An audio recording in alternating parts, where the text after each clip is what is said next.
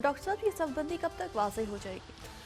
ये देखें अभी पेपर्स, नॉमिनेशन पेपर्स और उसके बाद फिर जमा होंगे, फिर उसके बाद किस किस को कहाँ कहाँ से टिकट मिलता है, ये अगले 10, 12, 15 दिन उसमें ये बिल्कुल क्लैरिटी आ जाएगी। और फिर कौन किसके हक में बैठता है, कौन खड़ा, मतलब वो एडजस्टमेंट, ये सारा 15 दिन, अगले 15 दिनों में ये क्लैरिटी आ जाएगी कि सीट एडजस्टमेंट्स भी कैसे हो रही हैं और किसके, मतलब बिल्कुल क्लैरिटी आ जाएगी कि यहाँ से पीपल्स पार्टी की एडजस्टमेंट इसके साथ हो गई, वो शख्सियत वापस ले रही है पेपर, मतलब वो बिल्कुल ये क्लियर हो जाएगा और कौन सा उम्मीदवार कहाँ पे खड़ा है और किसके मुकाबले में कौन खड़ा है, ये बिल्कुल क्लैरिटी के साथ चीज़ें सामने आ जाएंगी।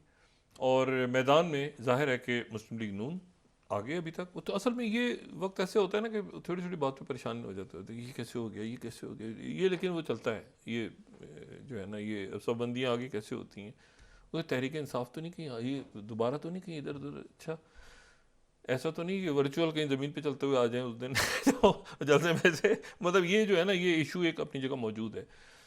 तो लेकिन ये है कि ये और इसमें जो अहमद महमूद साहब का है वो पीपल्स पार्टी के साथ रब्ता है, तो मतलब तहरीक इस्तेकाम पार्टी जो है वो अपनी जगह पर मतलब वो एक ऐसा फैक्टर है जो कि पंजाब में इधर इस तरफ से इस तरफ कर सकता है सारे मामले को, ठीक है, सही। क्योंकि जहांगीर तरीन साहब जो हैं वो मुस्लिम लीग नून से रब्ते में हैं और जो अहमद महमूद साहब हैं वो पीपल्स पार्टी से रब्ते में हैं।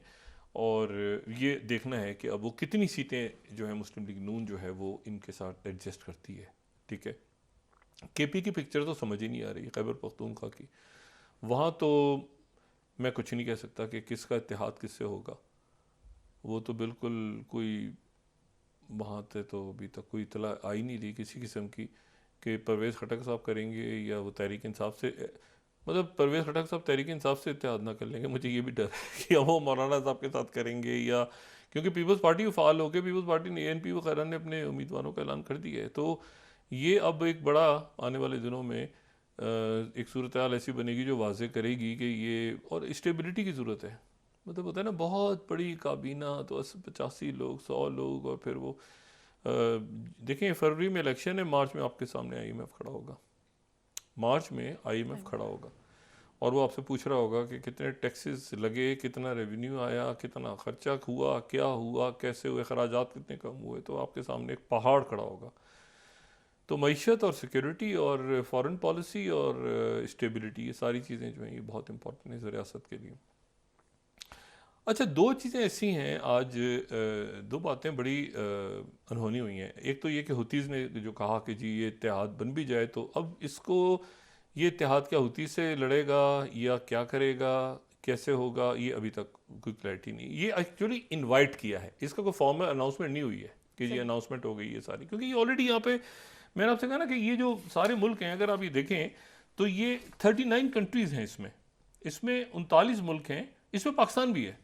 ये जो ममालिक है ना जो यहाँ पर बहर अहमर के अंदर, इसमें पाकिस्तान भी है, इसमें इंडिया भी है, इसमें सऊदी अरेबिया भी है, इसमें नेपाल भी है, इसमें ऑस्ट्रेलिया भी है, जापान भी है, इसमें ये सारे जो मुल्क हैं, इसमें ईरान भी है, इसमें सब, सऊदी अरेबिया, सब हैं इसमें, ठीक है। ये अगर हम देखें ना इसको, ये सारे जो मुल्क हैं ये ऑलरेडी यहाँ पर कंबाइंड मैरीटाइम फोर्सेस में हैं। अच्छा, और ये यहाँ पर तुर्की भी है, तो ये सारे के यहाँ पर सिक्योरिटी ठीक रहे, यहाँ पर जो ये जो ग्लोबल सप्लाई चेन है वो अपनी जगह चलती रहे, ये यानी इसके ऊपर कोई गड़बड़ ना करे। और ये जो आखिरी 153 बनी थी ना, 153, ये रेड सी और गल्फ ऑफ अदन के लिए बनी थी, इससे पहले अरेबियन गल्फ के लिए बनी थी, उससे पहले जो है वो काउंटर पर ये जब सोमाली वगैरह आ गए थे। एनीवे, तो मैं सिर्फ ये कह रहा हूँ कि अभी वो कह रहे हैं कि ये 153 कंबाइंड मैरीटाइम फोर्सेस के अंडर ही ये जो है ये कायम होगा, जो नया जो नई फोर्स है, ऑपरेशन प्रॉस्पेरिटी गार्डियन, जिसका नाम तजवीज़ किया गया है। लेकिन ये है कि अच्छा, इसके साथ ही जो है वो दूसरी जो खबर आ रही है वो लिबनान से आ रही है। एक तो लेबनान में जो फॉरेन मिनिस्टर फ्रांस की गई, बड़ा फ्रांस एक रोल प्ले कर रहा है, फ्रांस और बरतानिया और यूरोप के मुल्क के किसी तरह सीज़ फायर हो जाए, सुकून हो जाए दुनिया के साथ सारी। लेकिन वहाँ पर फ्रांस का रोल है ना, वो बड़ा उन्होंने पूरी कोशिश वो कर रहे हैं, लेकिन ये जो नॉर्दर्न बॉर्डर है जो कि लिबनान के साथ है, वो बॉर्डर भी बड़ा गर्म हो रहा है। और वहाँ पर इन्होंने चूँकि काफ़ी अटैक्स किए वहाँ पे इसराइल के, तो वहाँ से जवाबी तौर पे जो अटैक्स काफ़ी दिनों से चल रहे थे, लेकिन फिर 24 घंटों में एक अजीब काम किया उन्होंने आयरन डोम के, ये जो आयरन डोम जो सिस्टम है एयर डिफेंस का, इसके लॉन्चर्स को उड़ा दिए, ये हिजबुल्लाह के लोग कह रहे हैं। अच्छा, इसको अब वहाँ पर पहले तो इसको ये खबर आई तो पहले तो ये चैटर चलना शुरू हुआ कि आयरन डोम के उन्होंने लॉन्चर्स को उड़ा दिए। फिर उसके बाद जो है ये उनके अलमदाइन जो टीवी है उन्होंने ये बात की। अच्छा, ये मैं यहाँ पे कोट कर रहा हूँ 26वीं स्लाइड। उसके बाद उन्होंने ये कहा कि फिर उसके बाद ये टर्की के न्यूज़ मीडिया ने कहा कि हिजबुल्लाह ने 2 एयर डिफेंस प्लेटफॉर्म्स को हिट किया है। अच्छा, अगर उनके लॉन्चर्स तक पहुंचे हैं तो फिर आयरन डोम अपने लॉन्चर्स को नहीं बचा सका भाई। ऊपर मिसाइल जाएगा ना, लॉन्चर्स को उड़ा दिए नीचे, तो वो ये कैसे हुआ है? तो ये मैं आपको यहाँ पे बता रहा हूँ इनकी ये 27वीं स्लाइड 27th। पहले मैंने आपको बताया अलमदाइन, और मैं अब ये टर्की कोट कर रहा हूँ। Hezbollah shells 2 air defence platforms, यानी ये प्लेटफॉर्म है। अच्छा, और इससे पहले जो अलमदाइन को दिखा दिया था हमने 26 को, शायद वो तो वहाँ की थी। तो ये अब प्लेटफॉर्म्स को इसको उड़ाने की बात हो रही है। और लोरान टुडे जो है वो भी यही कह रहा है, फ्रेंच 28th स्लाइड के, Hezbollah target Israel's iron dome for the first time. आज तक आयरन डोम के लॉन्चर्स को नहीं हिट किया गया। ये जो यानी ये बहुत ही अजीब सी बात है कि उनके लॉन्चर्स जो हैं वो तो हवा में रोकते हैं ना, वो तो अगर उनके लॉन्च या तो फिर बहुत नीचे से आए हैं रॉकेट्स और उनके लॉन्चर्स को हिट कर दिया है, वो इस तरह से कुछ डैमेज हो गए हैं कि वो अभी शायद वो आयरन डोम वहाँ पे काम नहीं कर रहा बकौर हिजबुल्लाह के। तो ये बहुत ही अजीब सी बात है, ये तो बहुत ही अजीब सी बात है। ठीक है कि ये टेक्नोलॉजी अगर उन्होंने इसी ग्राउंड पे हिट कर दी है तो, और तो ये सिचुएशन जो है, इसको उम्मीद करता हूँ कि आज ये सिक्योरिटी काउंसिल इसको रोक ले, क्योंकि उसकी वजह ये है कि ये दौरा जो है ऑस्टिन लॉयड, देखिए ऑस्टिन लॉयड का काम भी नहीं था जंगबंदी का। जंगबंदी करना तो काम है सेक्रेटरी स्टेट का है। इन्होंने ब्रीफिंग्स वगैरह सारी ली हैं और इन्होंने ये अपने उससे नुक्ता नज़र पे कायम है। इन्होंने कहा हम आपके साथ रहेंगे भाई, और आप इसका कोई अगले फेज़ के बारे में बताएं, कोई टाइम लाइन उन्होंने दी नहीं। हो सकता है इन प्राइवेट की बात की हो, लेकिन ये है कि ये जंग को फैलने नहीं अमेरिका दे रहा। कम से कम ये जो इनकी जो पेंटागन है, पेंटागन और स्टेट डिपार्टमेंट के अंदर एक हमें नज़र आ रहा है इस वक्त एक खलीज सी नज़र आ रही है। मतलब वो उन्होंने बहुत एग्रेसिवली इस वक्त जो है ना, बुश होते तो वो आधी दुनिया को उड़ा चुके होते।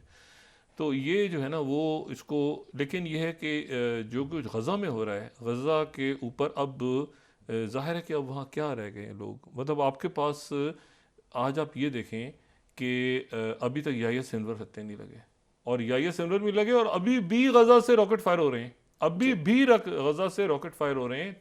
तबाही हो गई है वहाँ पे, गिरा दिया पूरा शहर, लेकिन लड़ रहे हैं। तो इशू ये है कि इसको मतलब है कि वो तो यहाँ तक कहते हैं कि हम जाते जाते अगर बिल्कुल आखिरी वक्त आ गया तो हम ये तल अवीव के नीचे जो सुरंगें हैं ये भी उड़ा देंगे और हम सब जाएंगे, इनको भी ले जाएंगे। मतलब यहाँ तक जो है वो इस वक्त कशीदगी है।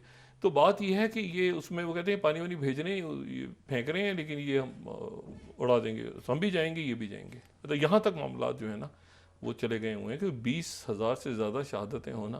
तो इसको अब कैसे दुनिया रोकती है, कैसे इंटरवीन करती है?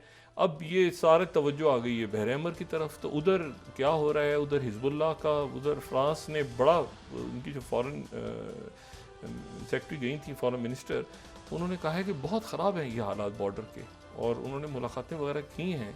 लेकिन जाहिर है कि वो अगर उधर से रॉकेट्स आ रहे हैं तो फिर इधर से भी जवाब जाएगा। फिर वो उनकी भी जो कोशिश थी कि इसको डी एक्सकेलेट करें वो नहीं कामयाब हुई फ्रांस की भी। तो देखते हैं कि अगले 24-47 घंटों में, दरमियान में इसमें आप देखें कि पुतिन जो है वो यूक्रेन, सारी तवज्जो यूक्रेन से हटी और पुतिन यूक्रेन ले गए, और ताइवान का इलेक्शन, और उधर से आर्मीनिया, अजरबैजान, उधर से ये, उधर से वो, आगे पीछे दाएं बाएं। और फिर ये जो नई पिक्चर होगी इसमें कहीं फिर चाइना अपनी एंट्री एनकरी मारेगा। जी और वो नया जो भी सिलसिला होगा वो पुराने जो लोग हैं जिन्होंने बर्बाद किए वो तो नहीं तरतीब देंगे ना। जी, बहुत शुक्रिया डॉक्टर साहब।